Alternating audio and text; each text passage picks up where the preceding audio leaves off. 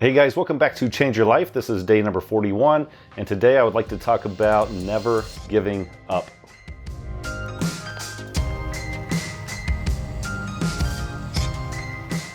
So let's talk about never giving up. I'm going to share a little bit about my backstory, and maybe you can relate with some of this, and maybe you've had you've gone through worse things than me, and maybe you haven't gone through as bad things as me. Each individual is different, and we process these things differently. But the main idea here is to never give up, no matter what happens. I kind of look at life like writing, and I've always thought of it this way, and I didn't read it in a book, I just thought about it one day when I was going through really difficult times, is that I looked at life like riding in a paddle boat, and I'm just paddling, trying to reach my goals, reach my destinations, and wind may hit me and blow me back, the currents may take me in a different direction, but as long as I keep paddling, I'm eventually going to get to where I want to go. And I've always had that belief in my head, and I've gone through a lot of bad times, and I think that belief, even though I don't think about it on a daily basis consciously, it's subconscious in my head, to just always be trying to move forward regardless of what happens. Never give up. When I joined the military, and this is all information that's known to the authorities, so I'm not really concerned with sharing this here, but I joined the military when I was 17, just so I could get out of the house. A lot of my friends ended up dead or in jail, and just the other day I received a message on Facebook. Somebody I knew back in high school was asking for money, saying they ran out of gas or whatever. They were at the gas station. And I was just like, okay, this guy's obviously gotten into some drugs. So because I'm in Canada and he's in Kentucky, right? So why was he asking me for money for gas? If he's at a gas station in Kentucky, he's got friends and family, could probably help him out there local. Anyway, so it made me start looking at some of my old running buddies, and I saw one of them just got arrested in December with a couple other guys and a girl, and they got busted with like 75 grams, a few guns, a few pounds of methamphetamines, cocaine, heroin, and all this stuff. So they're probably going to jail for many, many years.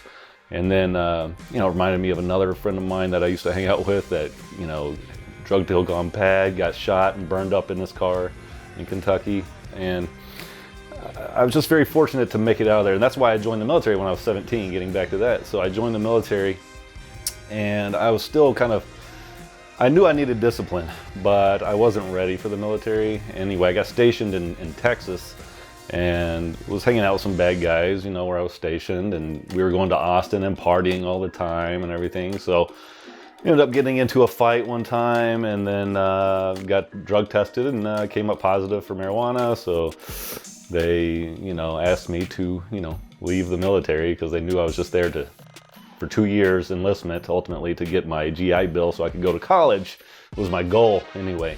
So even though I had these goals, I didn't really have a good mentor in my life to help me reach those goals. I just knew that I wanted to move forward. So after I got kicked out of the military, under honorable conditions, fortunately, I went to Indiana and lived with my brother. He was going to Ball State at the time. Ended up going to college and things, but when I was in college, I ended up getting 2 DUIs.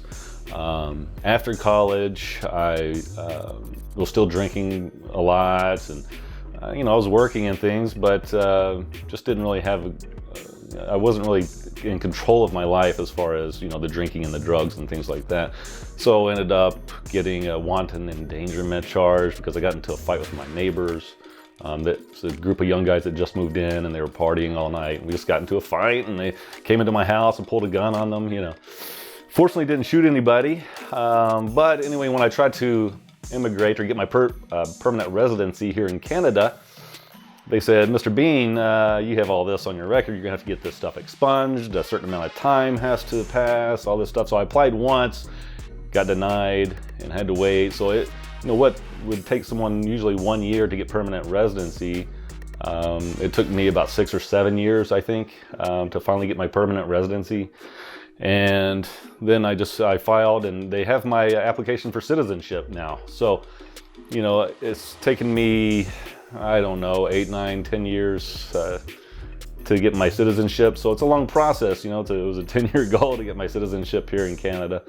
But I've transformed. I kept paddling. I never stopped paddling. Going through all these trials and tribulations and things, you know, I could have just given up. Oh, I got denied. I got to wait years to get my permanent residency. No, what do I have to do next? You know, do something else in the meantime while I still work on the, you know, getting those things taken care of. You know, it's just never giving up and being relentless to achieve your goals. And I know what it's like to go through tough times. You know, I've been, like I said, I've been arrested. I've been in jail, thinking, man, am I gonna have to do 5 years in jail? You know, thinking that my life is over. You know, but you just don't give up. You know, I mentioned that in the previous emails. Don't give up before you get to the starting line. You know, don't quit the race before you get to the starting line, because you don't know what the situation is going to be. Like when I got arrested, fortunately, because I hadn't had any other previous charges for things like that, I was able to get my, you know, I used my credit card to pay for an attorney who was able to get my charge reduced to, you know, disorderly conduct, and you know, I was on probation for a while, but I was able to get out of jail and work, and but I know what it's like to feel despair, you know. And maybe you've gone to jail for many years. I don't know. You may have it worse than me, but you know, it still holds. The truth still holds. Don't give up. Keep paddling your boat. Never ever give up. You know, I'm 42 years old right now. I've got a 10-year goal of being a curling coach of a competitive team here in Canada. And when I'm 52, I'm going to have another 10-year plan, you know, or maybe I'll, you know, continue to do that. So 52, if you're 52 years old, don't give up. You have 30 more years. You could start a whole new career. 52, you could go back to school and get an undergraduate degree, get a master's degree, get your doctorate. You could be a doctor by the time you're 60, you know. And then you have, if you eat well and exercise and keep your health up, you have 25 years left to practice as a doctor. So I don't want to hear excuses as I'm too old or whatever the case may be, or I've been to jail or whatever it is. Figure it out. You got to find a way to keep moving forward. What's the hurdle? What's stopping me from moving forward? Figure that out, address it, focus on it, fix it, move forward. And so that's all I wanted to express to you today, is that I don't want you to ever give up. And I'm talking to myself as well, is like, look at what you've been through and never ever give up. Keep paddling your boat, keep moving forward. And you know, one day opportunities will just open up for you. And they've opened up for me, things that people, you know, because of the business that I've been doing online and things like that for the last few years, I'm starting to get, you know, it's starting to snowball. I'm starting to get traction, you know, and it takes years. You know, don't give up on something. Like if you start a new project, don't give up in a year or two. Nothing's going to happen in a year or two.